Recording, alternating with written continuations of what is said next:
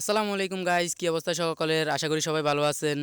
আমিও ভালো আছি আল্লাহর রহমতে। এই যে বুডারের ভিতরে আপনার যে কোয়েল পাখির বাচ্চাগুলো দেখছেন, এগুলোর বয়স আজকে 3 দিন। এগুলো আমার নিজের তৈরি একটা মেশিন থেকে আমি একটা নিজে হাতে ম্যানুয়াল ইনকিউবেটর তৈরি করেছি এবং 100টি ডিম দিয়েছি।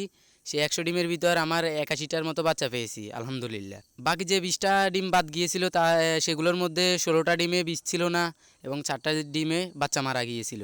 তো আলহামদুলিল্লাহ 81টা বাচ্চা পেয়েছি। দেখতে পাচ্ছেন বুডারের ভিতর দিয়ে দিয়েছি। আজকে পাখিগুলোর বয়স হচ্ছে 3 দিন।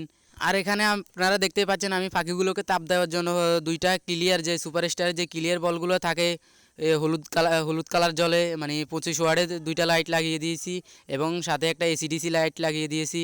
এসিডিসিটা লাগানোর কারণ হচ্ছে আমাদের এখানে লোডশেডিং খুব তাড়াতাড়ি হচ্ছে, এই কারণে একটা এসিডিসি লাইট লাগিয়ে দিয়েছি। এসিডিসি লাগানোর কারণ হচ্ছে যখন কারেন্ট চলে যাবে যাতে পাখিগুলো সামান্য পরিমাণ হলেও হিট পায়। এসিডিসিতে আসলে তেমন একটা হিট হয় না, তারপরেও দিয়ে দিলাম আর কি পাখিগুলোর জন্য। আর এখানে এই যে প্লেটের ভিতর দেখতে পাচ্ছেন টাইলস এবং মার্বেল, এগুলোর ভিতরে আসলে আমি পানি দিই পাখিগুলোকে। টাইলস এবং মার্বেল দেওয়ার সুবিধা হচ্ছে পাখিগুলো যাতে এই পানির ভিতর পড়ে মারা না যায়। পানির ভিতর পড়লে পাখিগুলো ঠান্ডা লেগে যেতে পারে এবং সেগুলো মারা যেতে পারে, এই কারণে আমি টাইলস এবং মার্বেল দিয়ে দিয়েছি। এখন এটার ভিতর ওষুধ এবং পানি দিয়ে থাকি। আর এই পাশে দেখতে পাচ্ছেন একটা মানে প্লাস্টিকের আমরা কাক বলি আর কি, এই কাকের উপর খাবারগুলো দিয়ে দিছি, তাতে আর খাবারগুলো নষ্ট হয় না।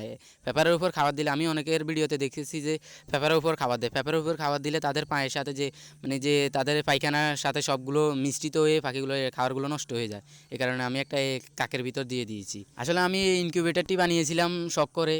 আমার শখ করে একটা ফার্ম করার অনেক ইচ্ছা, এই কারণে আমি শখ করে একটা ইনকিউবেটর বানিয়েছি এবং ইনকিউবেটরে ডিম দিয়েছি। ইনশাল্লাহ আমি সফল হয়েছি। আল্লাহর উপর ভরসা করে আমি করেছি। তো আমার জন্য সবাই দোয়া করবেন। আসসালামু আলাইকুম।